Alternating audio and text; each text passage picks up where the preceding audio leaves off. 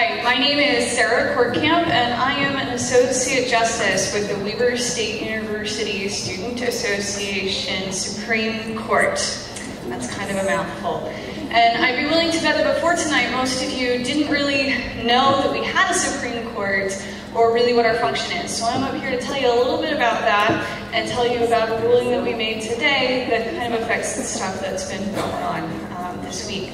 So the Supreme Court here acts in much the same capacity that the Supreme Court at the federal level does, as a check against the legislative and the executive branches of our student body government.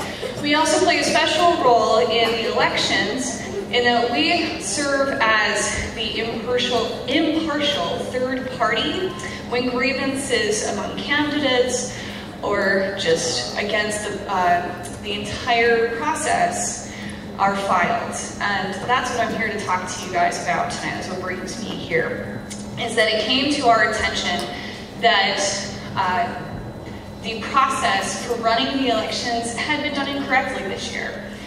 Our bylaws have specific rules about our elections committee and how many people have to be on that. And unfortunately, in years past and in this year, we didn't have enough people on that elections committee.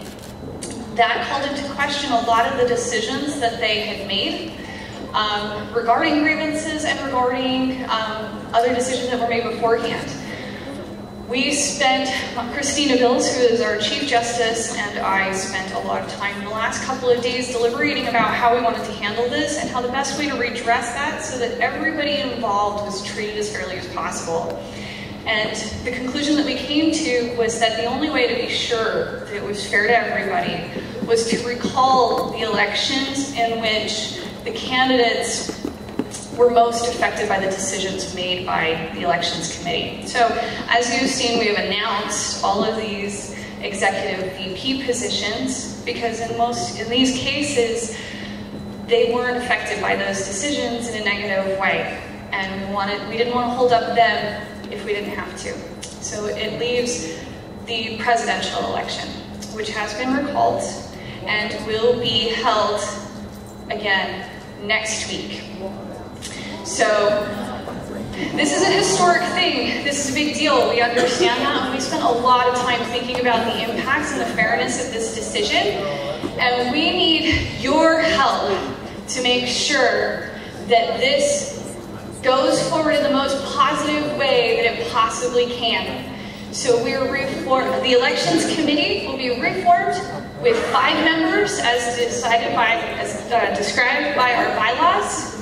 And on Tuesday and Wednesday, we are holding voting again. We need you guys all to come back out and vote. We challenge you all to get this turnout as high as we can, because everybody here knows how important these elections are, and we hated to make this decision, but it was what was left to us.